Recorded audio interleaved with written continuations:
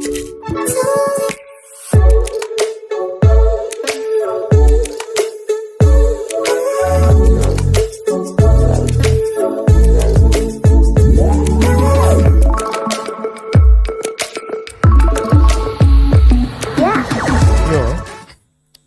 श्री नरेंद्र मोदी जी की ऐतिहासिक तीसरी टर्म में बहुत सारे ऐतिहासिक फैसले हुए हैं, बहुत सारे बड़े फैसले हुए हैं। जैसा कि आपने देखा है, अभी पहले 100 डेज वाला पीरियड चल रहा है। इस पहले 100 दिन वाले पीरियड में इंफ्रास्ट्रक्चर से रिलेटेड, चाहे रेलवे हो, पोर्ट्स हो, मेट्रो हो, एयरपोर्ट्स हो, इन सब से रिलेटेड बहुत बड़े बड़े फैसले हुए। करीब 1.5 लाख करोड़ के आसपास के सैंक्शंस, प्रोजेक्ट सैंक्शन हुए। साथ ही साथ गरीबों को, वंचितों को वरीयता देने वाले फैसले किए गए, जिसमें 3 करोड़ घर बनाने का फैसला किया गया। अर्बन एरियाज में बहुत अच्छे हाउसिंग फैसिलिटीज के फैसले हुए। साथ ही साथ संविधान से संबंधित बहुत बड़ा रिजर्वेशन के मुद्दे पे भी कैबिनेट ने फैसले दिए।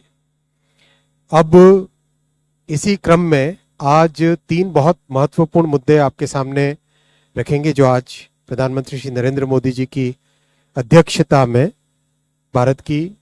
भारत सरकार की कैबिनेट ने, यूनियन कैबिनेट ने आज 3 बड़े फैसले लिए। नरेंद्र मोदी जी का हमेशा से बहुत विश्वास रहा है, इसीलिए साइंस एंड टेक्नोलॉजी पे बहुत बड़ा फोकस एक रख के आज एक बहुत ही कॉम्प्रिहेंसिव स्कीम का अप्रूवल हुआ है, विज्ञान धारा, जिसमें 5 बड़े पिलर्स हैं। इन 5 पिलर्स को हमारे स्टूडेंट्स के लिए, रिसर्चर्स के लिए, साइंटिस्ट कम्युनिटी के लिए, लेबोरेटरी में इम्प्रूवमेंट करने के लिए, यूनिवर्सिटी सिस्टम में बेटरमेंट लाने के लिए, उन सब को ध्यान में रखते हुए 5 पिलर्स बनाए गए। पहला पिलर है 11th और 12th क्लास में इंटर्नशिप्स।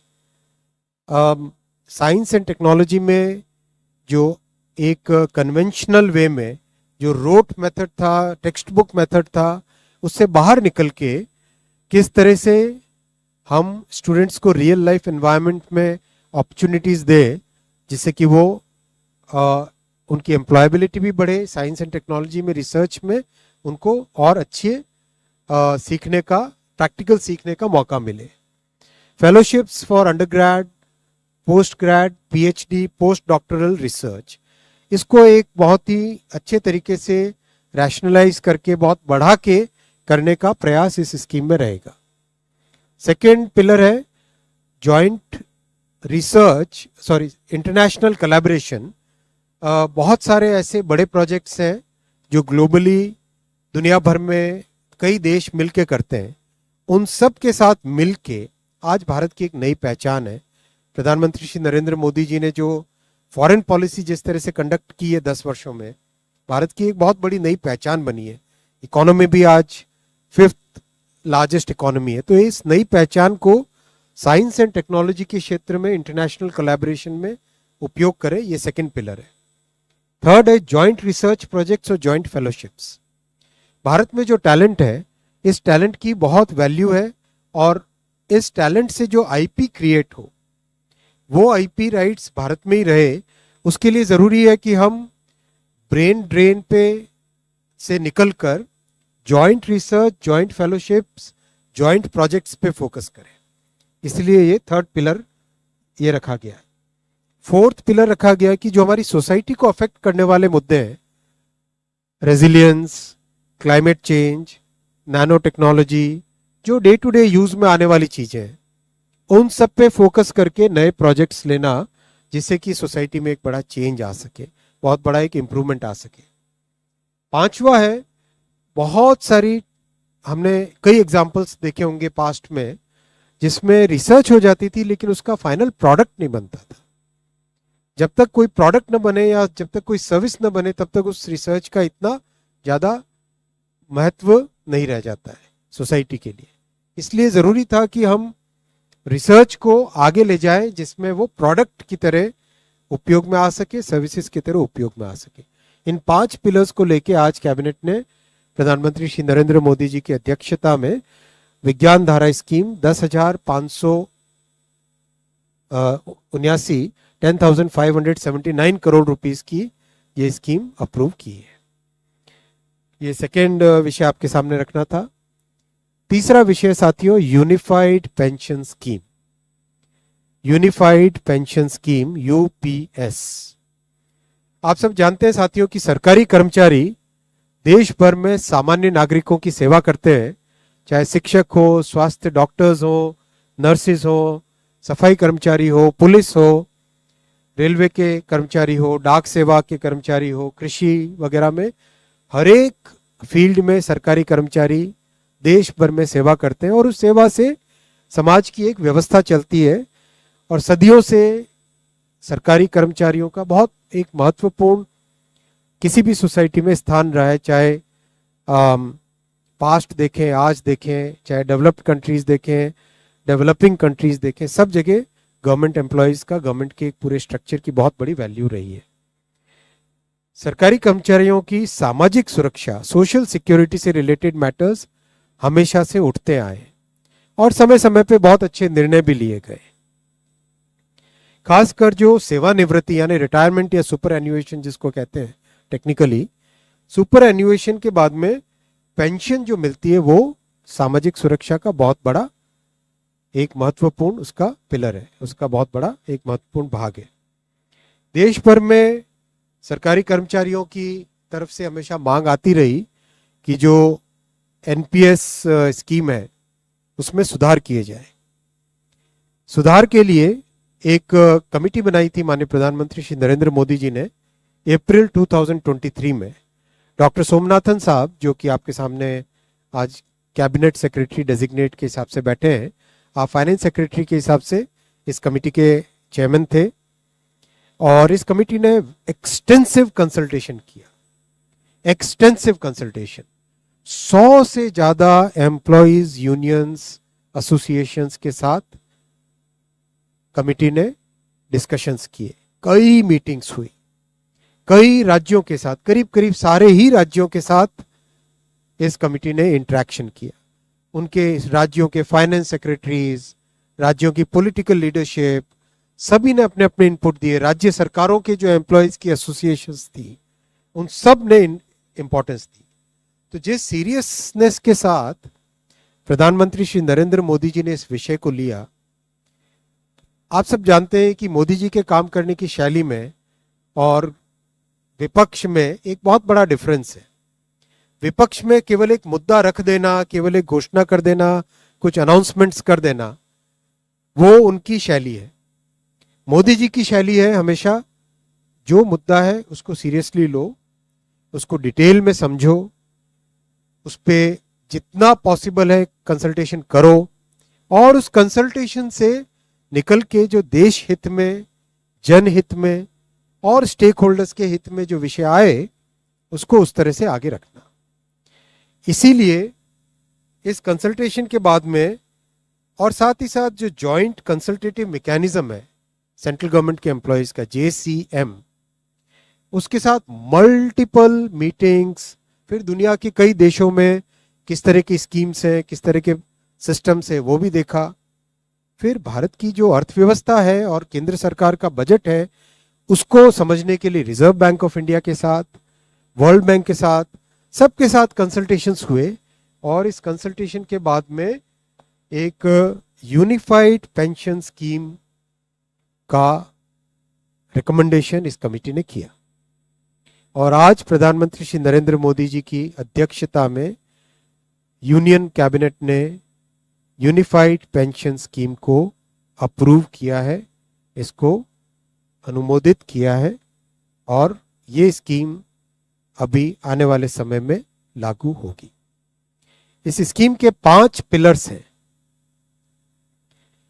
सबसे इंपॉर्टेंट विषय था कर्मचारियों की तरफ से कि हमें अश्योर्ड अमाउंट एक चाहिए, जो बहुत लॉजिकल और वाजिब रिक्वायरमेंट था।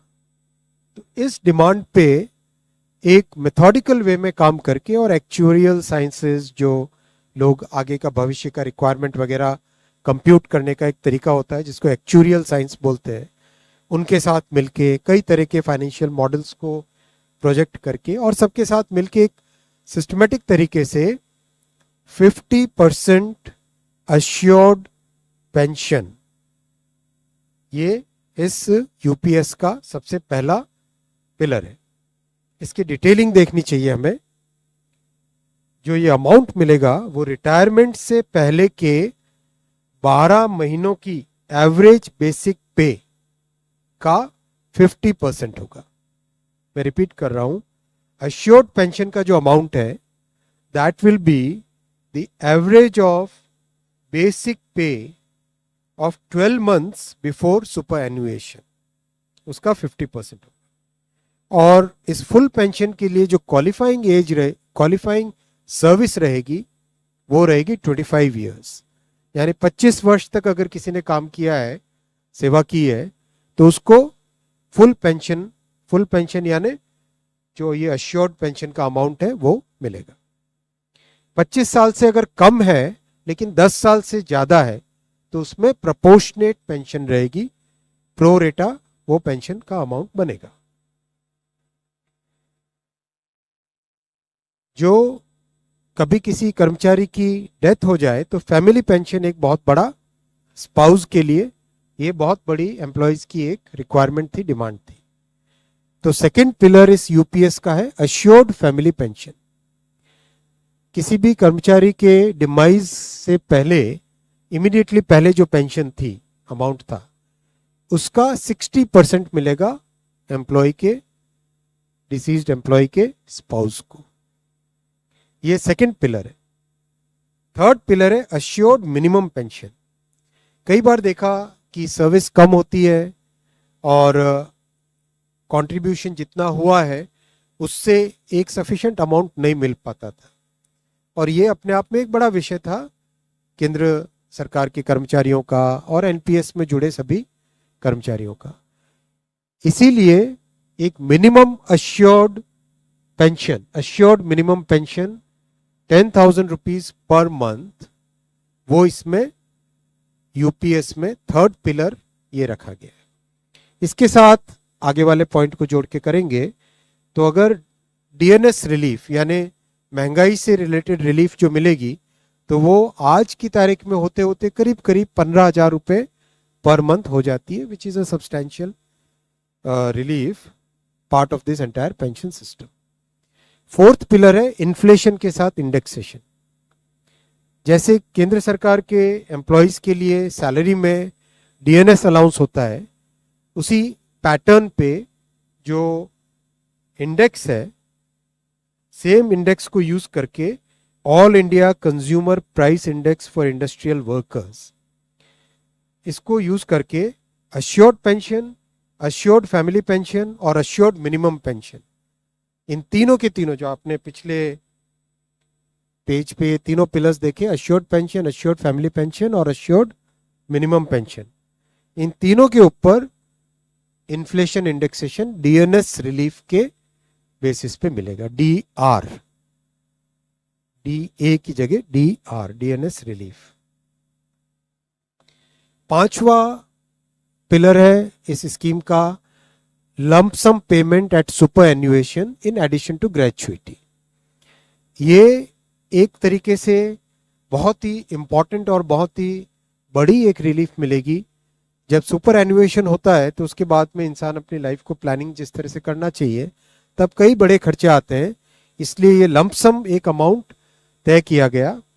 यह है कि हर 6 महीने की सर्विस के लिए मंथली इमोल्यूमेंट्स विच मीन्स पे एंड डीए कंबाइंड, उसका 10% अमाउंट।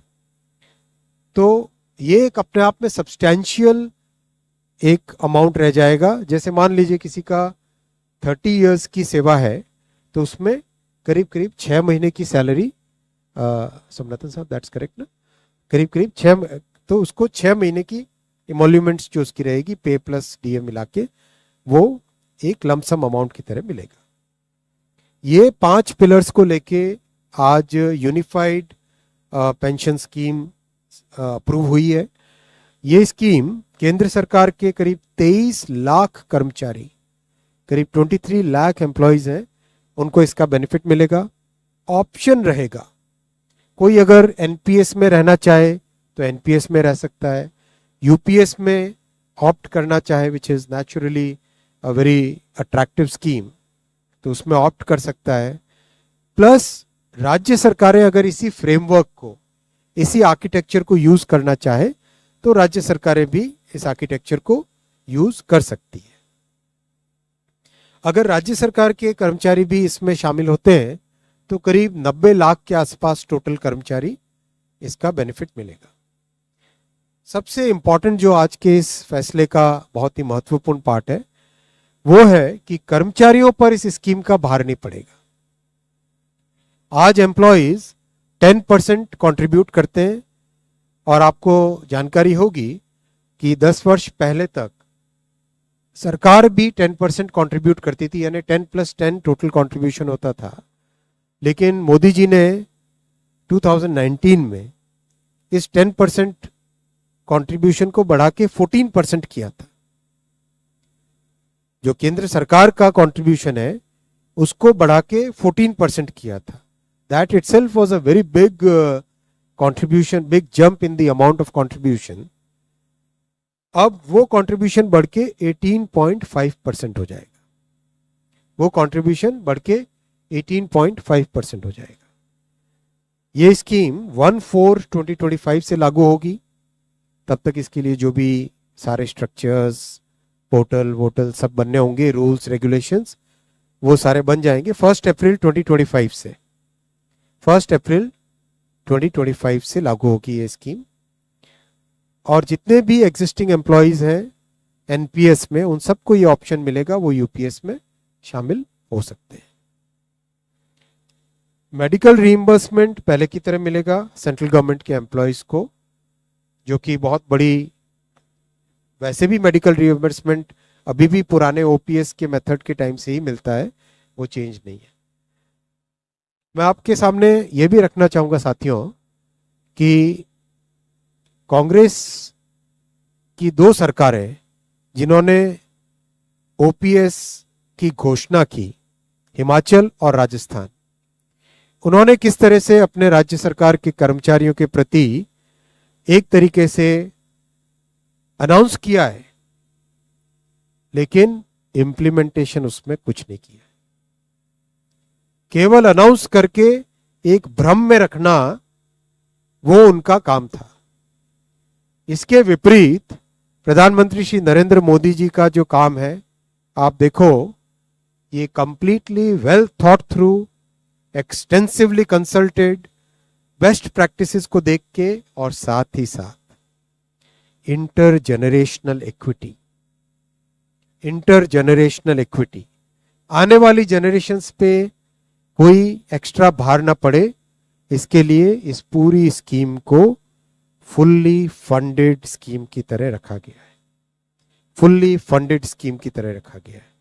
जो आज हमारा इसमें रिक्वायरमेंट रहेगा वो आज ही उसको फंड किया जाएगा, न कि हिमाचल और राजस्थान में कांग्रेस गवर्नमेंट्स की तरह आज अनाउंस कर दो, बाद में भविष्य में क्या होगा उसकी कांग्रेस ने कभी चिंता नहीं की। बहुत इंपॉर्टेंट है साथियों कि केंद्र सरकार और सरकारी कर्मचारियों के जो बहुत बड़े हिमायती बनते हैं, वैसी पॉलिटिकल पार्टियों का भी अगर हम इतिहास देखें तो वहां पर भी बहुत स्पष्ट तौर पे दिखाई देगा कि जैसे त्रिपुरा में कई वर्षों तक कम्युनिस्ट गवर्नमेंट रही, उन्होंने कभी भी ढंग से टाइम पे कमीशन नहीं रखा। केरला में जब केंद्र सरकार ने 10% से 14% बढ़ाया गवर्नमेंट का कंट्रीब्यूशन, तब केरला की सरकार ने उसको नहीं बढ़ाया। तो जन जन के हित की ध्यान रखना, एम्प्लॉयज के हित की ध्यान रखना, ये भावना और इस तरह की कार्यशैली केवल एनडीए सरकार की है। और प्रधानमंत्री श्री नरेंद्र मोदी जी ने आज अपने इस महत्वपूर्ण फैसले से एक बार फिर आपके सामने इसी डिटर्मिनेशन को, इसी भावना को आपके सामने रखा है। I would just like to supplement one thing in addition to what the Honorable Minister has said. This will also apply to all those who have already retired under NPS from 2004 onwards. So though the new scheme will take effect from 1/4/2025, everybody who has retired under NPS from the time of its inception, and also including those retiring till 31/3/2025, will also be eligible for all these 5 benefits. In their case, they will get arrears also for the past after adjusting whatever they have already drawn. So a calculation will be made and they will get arrears for the past also. जो लोग already retire हो चुके हैं 2004 से मार्च 2025 तक जो retire हुए हैं और अभी होने वाले हैं, उनको भी ये 5 जो पॉइंट्स हैं उसका लाभ मिलेगा. उनके लिए जो उनका अरियर्स है वो भी हम पे करेंगे. उस अरियर्स में कुछ इंटरेस्ट भी होगा, लेकिन उन्होंने जो ऑलरेडी विड्रॉ किया है कॉर्पस, उसका एक एडजस्टमेंट भी होगा. एडजस्टमेंट के बाद जो अरियर्स पे करना है वो भी पे करेंगे, ताकि ऐसा कोई भी कर्मचारी जो आज तक एनपीएस में रहा है और रिटायर हो चुका है, उनको भी ये सब लाभ मिलेगा.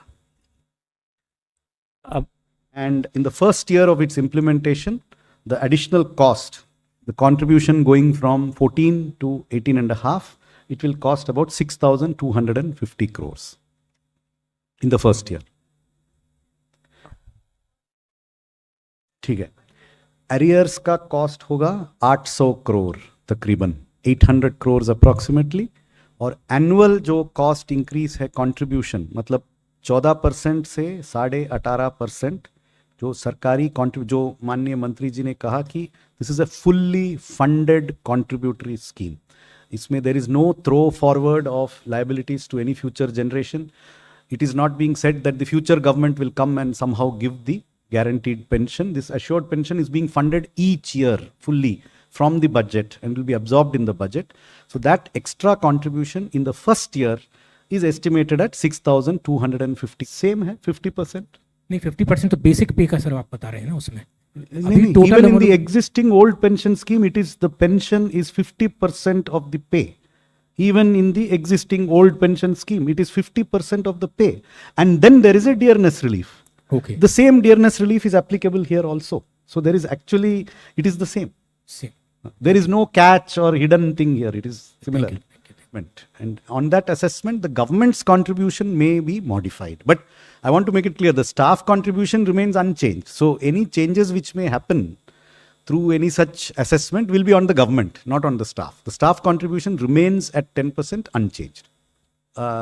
ये जो आपने कहा कि one time switch, हाँ, you can opt only once. You cannot change your option. आपको एक टाइम ऑप्शन करना पड़ेगा कि मुझे ये चाहिए कि वो चाहिए. एक बार कर दिया तो वो it remains fixed. दूसरा सवाल, वॉलंटरी रिटायरमेंट में भी ये 25 ईयर मिनिमम सर्विस का प्रोविजन रहेगा, लेकिन उसमें pension will start only from superannuation, not from the date of voluntary retirement.